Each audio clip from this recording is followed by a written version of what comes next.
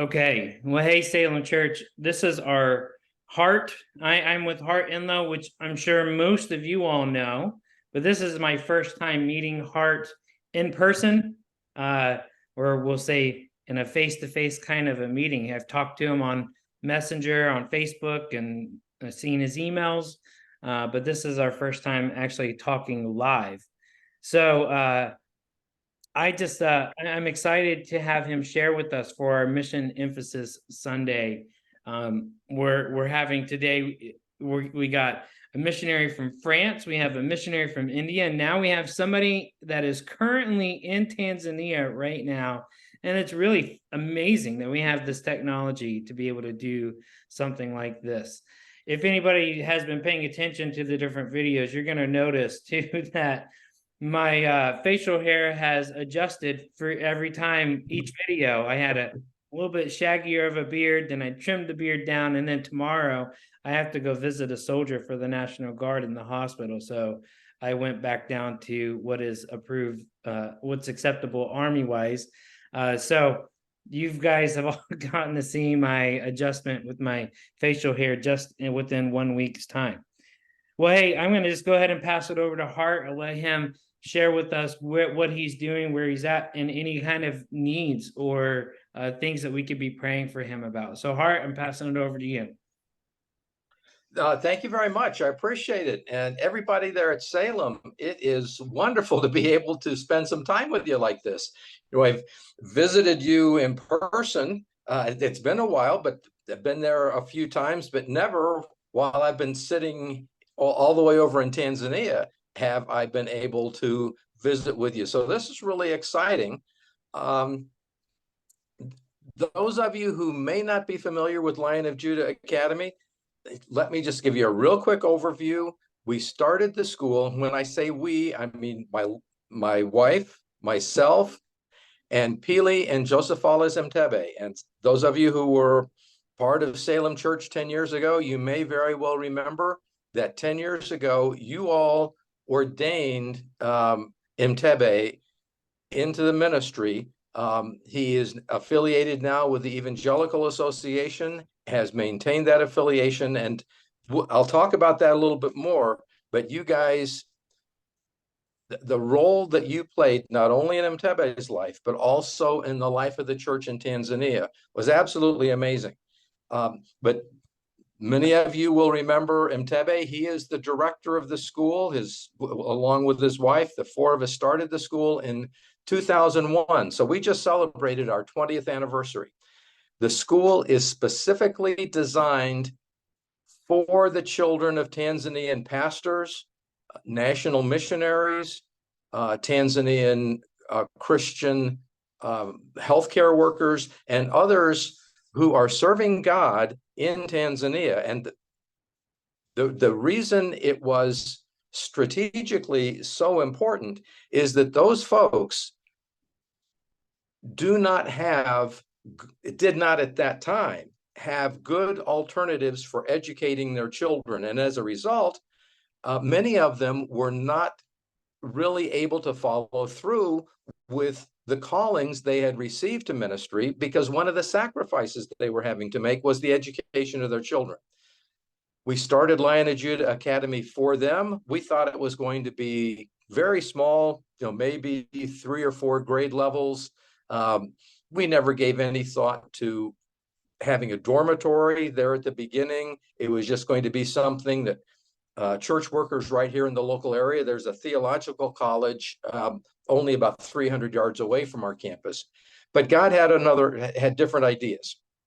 We often joke saying that if any of us had realized what God had in mind, we might not have been nearly so quick to jump on the process of starting the school, because today we have a campus that houses 14 grade levels. We have 3 dormitories.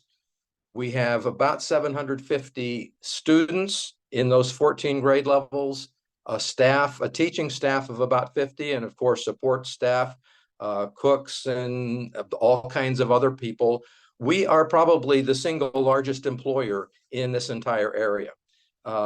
not to, and that's just setting aside entirely the education that is being provided to these kids. We don't only have the children of pastors, national missionaries, and church workers, but at least 80 to 85% of our students are in those groups. And it is a tremendous blessing to the church in Tanzania that these folks who are out there in often hostile situations, in very difficult circumstances, they know they have a place where their kids can come, where they are safe, where they are receiving as high a quality education as they can get anywhere in Tanzania, and where they are being brought up in a faithful Christian environment, because that is key to us. Everything we do here, we do for Jesus Christ and for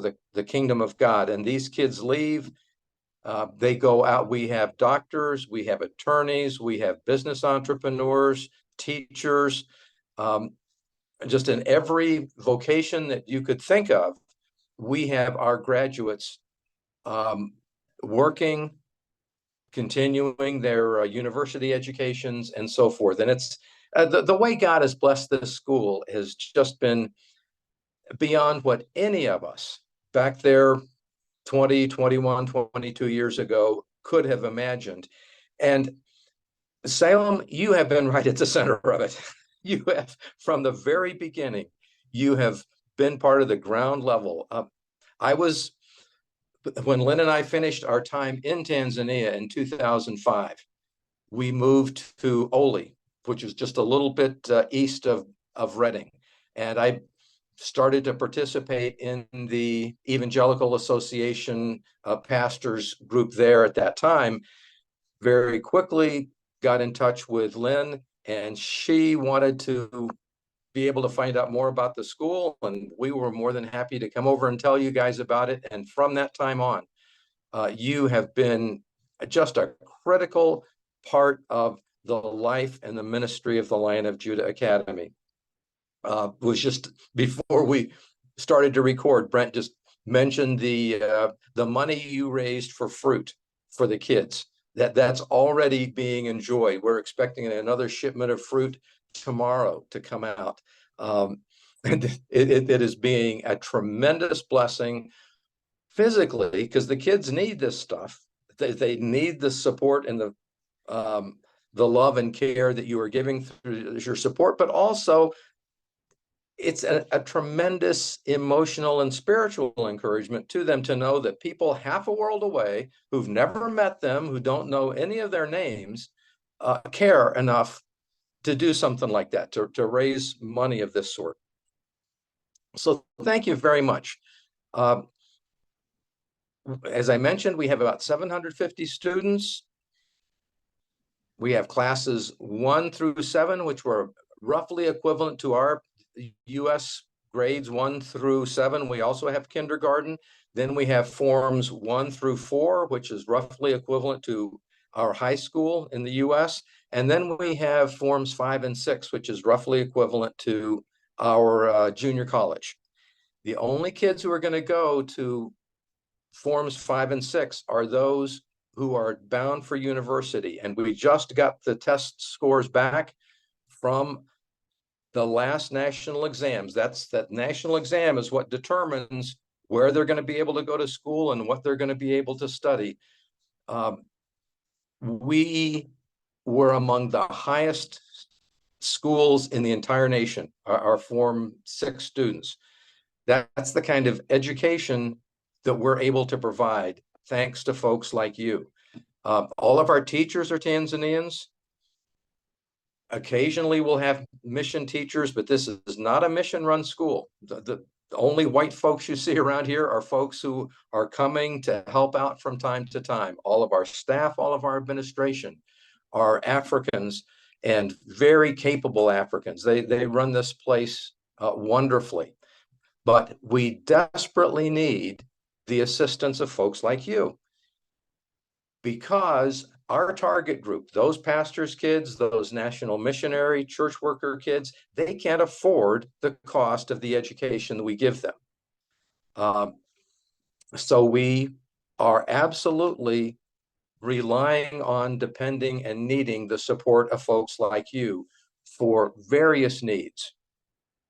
Sponsoring a student, helping with food costs, helping with capital development, helping with medical expenses, and so forth. So thank you guys. Thank you for all that you have been in the past. Thank you for your ongoing commitment. I received that money for the fruit just a couple of days before we left for the US for Tanzania. Made sure to bring that along with us, and it's already being used. Thank you very much. I could talk for as long as you want me to talk, but that's just a quick overview of things. Brent, is there anything that you want me to address in particular, or you have any questions you think would be important? Well, the one question that came to my the whole purpose of the fruit was that you guys were in the middle of a drought. What's the status on the drought?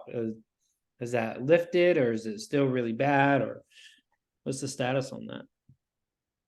We are still in this area, Tanzania, East Africa generally, is still in the middle of a real food shortage and food problem. It's exacerbated by drought, but it really started right around the time the war in Ukraine began. You've probably heard about the worldwide food crisis that had its genesis in that war because Ukraine supplies so much food to so many sections of the world. Something my wife and I didn't realize is how dependent Tanzania has become on that food supply when it's not raising enough of its own food. So the shortage of that food combined with 2 years now of drought and very poor crop yields have really made things difficult around here. Our average cost for essentials like beans, corn, and rice, those are the three things that are most important in the diet here. Our prices have increased by 300 to 400% for each one of those commodities. We are able to get them usually, but it's always so expensive. So it is ongoing, absolutely. And fruit and vegetables, we love to have those things, but because we're having to spend so much on the essentials, we're having to skimp on those added things. Wow. Like fruit. Yeah. Wow. Well, one of the things that we did, that the team we've had a team here for the last 2 weeks, they decided they wanted to donate a couple of cows because the kids are not able to have meat very often. So they got together, they raised some money to donate a couple of cows so the kids could have some meat. And we got really lucky. Instead of able to buy 2 cows, we were able to afford 5 of them. So they're going to have meat for several weeks now that they would not have been able to have had before. Yeah. It's a real blessing to them. One of the things my sister and brother-in-law do is they run a mission. It's actually in the US where they're teaching migrant people in Nashville area to be able to raise their own chickens and goats and basically teaching them to farm so they could be self-reliant and stuff like that, so they can have the meat that they need. Is that something that you guys have been able to do, or does the drought really just make things difficult for raising livestock as well? It's making things difficult for raising livestock as well. Most of the kids who come to us, about 75% of Tanzanians are subsistence farmers. And basically what that means is they raise crops, they raise animals, not primarily to sell, but primarily to stay alive. Gotcha. So most of these kids, along, with their pastor and church worker families, they have been farming. They're familiar with farming. They know about it. They know the challenges and difficulties of it. And what we actually try to do is teach them better ways to do farming. but Okay. we actually absolutely do that. Yeah. Yeah, no, that's great. Um, hey, so something that has really been on my radar the last, I don't know, several months is the Voice of the Martyrs has been they sent out their every other month they send out their magazine, and Tanzania has been the topic in the last couple months. Is that so? Okay. Persecution. Um, Now it makes me think that with kind of the setup you guys have, where you have like your own essential complex, and Mhm.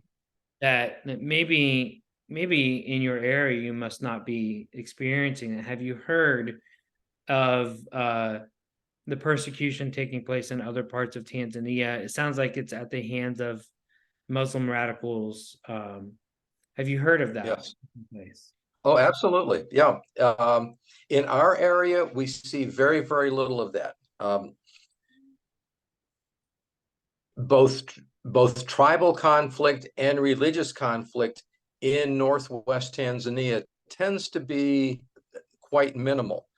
However, if you get over into the eastern part of the country, especially around Dar es Salaam, where there is a very high level of Muslim population, sometimes 90% and more, there will often be issues there, very serious issues. And that's where most of the persecution against Christians and other religious faiths is going on.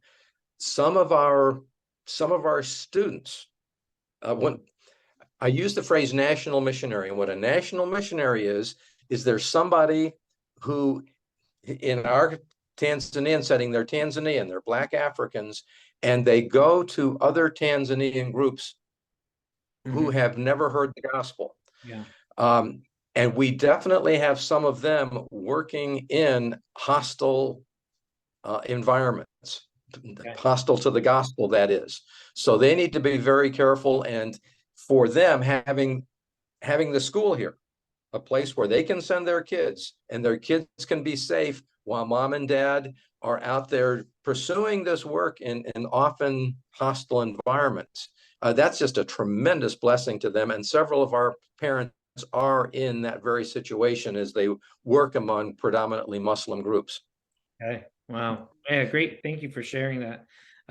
Has there been any concern or level of concern that movement of hostility to the gospel would come your direction?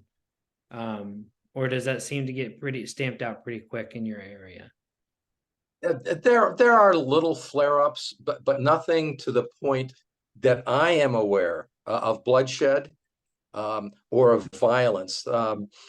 People being hostile toward one another and animosity and so forth. But our area of Tanzania tends to be the main place, literally, in East Africa, where people will come if there is conflict in their area. Like if there's tribal conflict in Rwanda, if there's trouble in Uganda, the refugees will tend to come to Tanzania, especially Northeast Tanzania, because it's quiet, it's safe, it's relatively stable. Yeah. Yeah. Well, great. Well, I can't think of anything specific that is being raised. We did talk about hard about the possibility of having missions, like a mission team from Mhm. school come. And you had mentioned that in the past we had a group of 4 or 5 men that came and they built something. They helped build Yep. uh, a building or a dormitory or something. Um, Help build the door. yeah, and I was asking you, like, all right, so what are some other areas? And you had mentioned, well, we have a hospital type clinic here, so there's Yes. medical. You had mentioned, obviously, if you have teaching abilities or the Mhm. desire to be around the kids and helping with that, well, you can go and help in the school. What were some of the other areas that you've had people come and kind of focus on to help with? We've had folks who have been interested in doing building maintenance, just making repairs, and that's been a great blessing. One of the things that this probably sounds a little strange, but has been very helpful is when ladies have come out and have some skills as seamstresses. Okay. Things like mattress covers and uniforms and repairs and so forth are tremendously valued Yeah. around here. We have one lady who's a pretty good seamstress, but when you've got 750 kids, they generate a lot of needs. Right. Um, we have had great success with folks who enjoy doing after school programs with our kids, sometimes enrichment type programs, sometimes just getting together and playing with the kids because Yeah. our kids just really enjoy that sort of thing. Staff education is something that we have had some folks come out and do that has been very helpful. The staff here is very well educated, but they love learning new new techniques, Right. Right. new. Um, a friend of mine is a pastor of a church in Tennessee, and he had a group that just went to another country. I can't remember where, but they hosted they ran a VBS for. Mm-hmm. Would that ever be something that might be something you were interested in having a group do? Sure. Our kids love doing things like that. Now we are a school, so most of the time when the kids are here, they're in class. But that's, I think, the kind of example of an after school, Yeah. Yeah. what I was calling enrichment type program that the kids would love to do something like that. Okay. Absolutely. Great. Well, yeah, no, that's great because like I was sharing, we've updated our mission statement here at Salem, and now Mhm. we're working on a vision. Like, how do we want to implement the mission, a statement of who we are? Like, how do we want to carry that out? And one of those things has been, well, maybe we can do a mission, like a mission trip. And this would be a big Mhm. mission trip. Obviously, having to get passports and making that big long flight. How long is the flight from Pennsylvania to Tanzania? You're never going to make that trip in less than about 24 hours, and Okay. it can take up to 36, depending on where you stop and how long you stop. Yeah, so Yeah, it's a big traveling trip. it, Uh, it so is. it would take some endurance to be able to do something like that. But But it, when you get here, we'll treat you right. yeah, We'll and give you when we a get great home, experience once you get here. we'll get home, but we'll be physically exhausted, but I'm sure spiritually rich from it. So Yes. hopefully that's something that we can do in the future. Hart, thank you for taking the time to meet and to talk. And we will be praying for you there in Tanzania and the school and for your safety, the continued peace that you guys are able to have there. And we'll continue praying for you. Please do. Yeah. All right. Thank you so much. Yeah. Go ahead. I'll let you sign off, and then I'll stop the recording. All right. God bless you guys. Okay. Take care.